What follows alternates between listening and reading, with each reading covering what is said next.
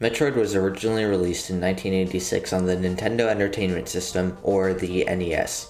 The Metroid series is one of the most influential series of all time. They go on to spawn the popular genre Metroidvania, which is named after the combination of Metroid and Castlevania, two series that are just as influential.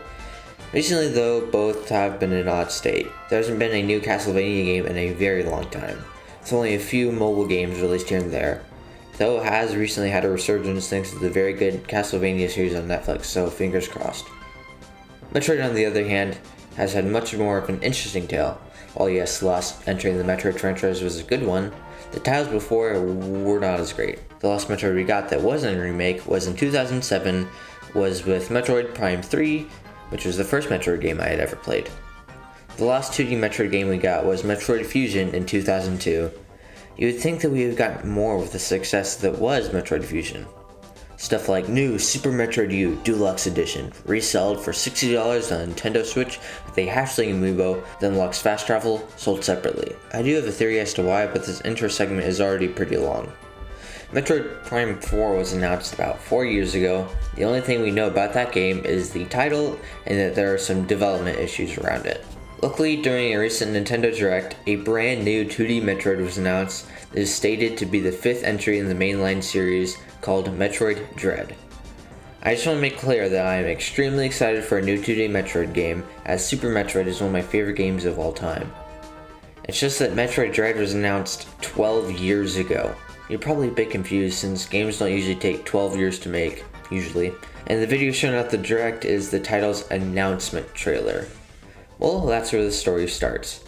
Metroid Dread first appeared about 12 years ago in a Game Informer magazine. The Game Informer magazine had a list of Nintendo's game lineup for about 2006. Under DS games, there is a Metroid Dread, and right next to it, in parentheses, a 2D Metroid adventure. It is unknown how Game Informer knew about Dread since it had not been announced, though it is possible somebody at Nintendo jumped the gun and let them know about development. IGN added fuel to the flames when they said that it was in fact real and in development. Rumors would go on from various sources, all the while Nintendo is still neither confirming nor denying its existence. Another thing that really made people believe it was real was a log found in Metroid Prime 3 that stated the following: Experiment Status Report, Metroid Project Dread is nearing the final stages of completion.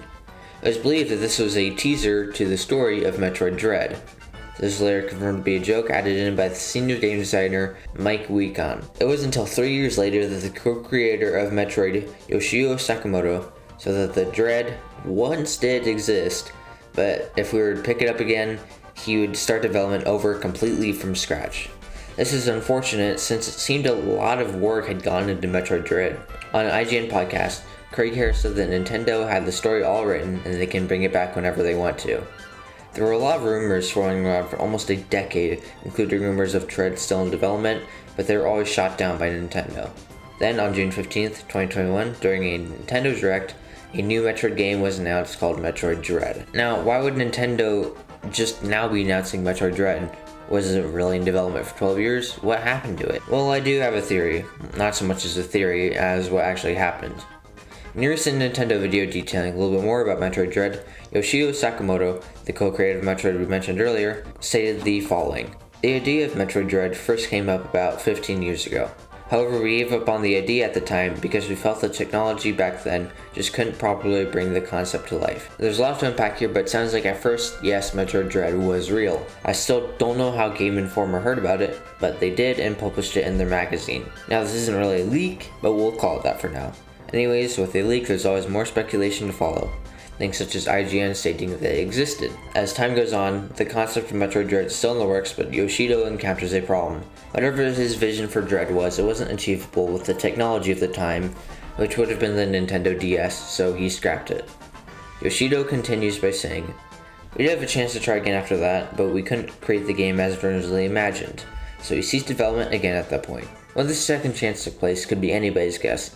The Wii, Nintendo 3DS, Wii U, and most unlikely the Nintendo Switch. I think it might have been the Wii U, but who knows.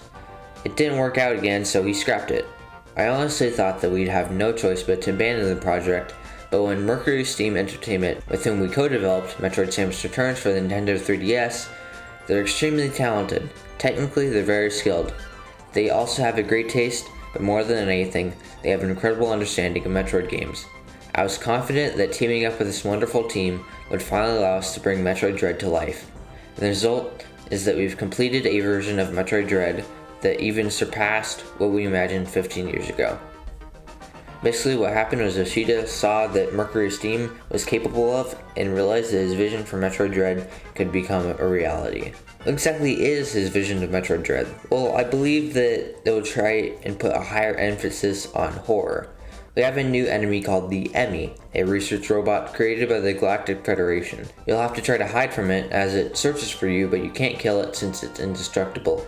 It sounds very similar to the Tyrant, aka Mr. X from Resident Evil 2, as he was developed and deployed into Raccoon City by Umbrella Corporation to kill all of the remaining witnesses in Raccoon City.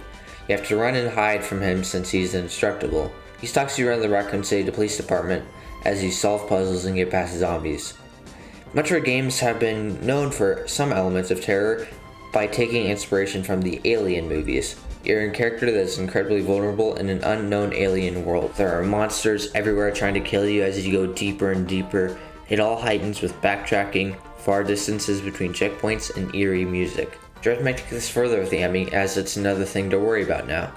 Still, I don't know why this can be achieved with older technology since Resident Evil 2 came out in 1998. I guess we'll just have to see what else there is. That's about it for this video. I hope that Metroid Dread comes out later this year and it's great and brings some more 2D Metroid with it. I'll see you in the next one.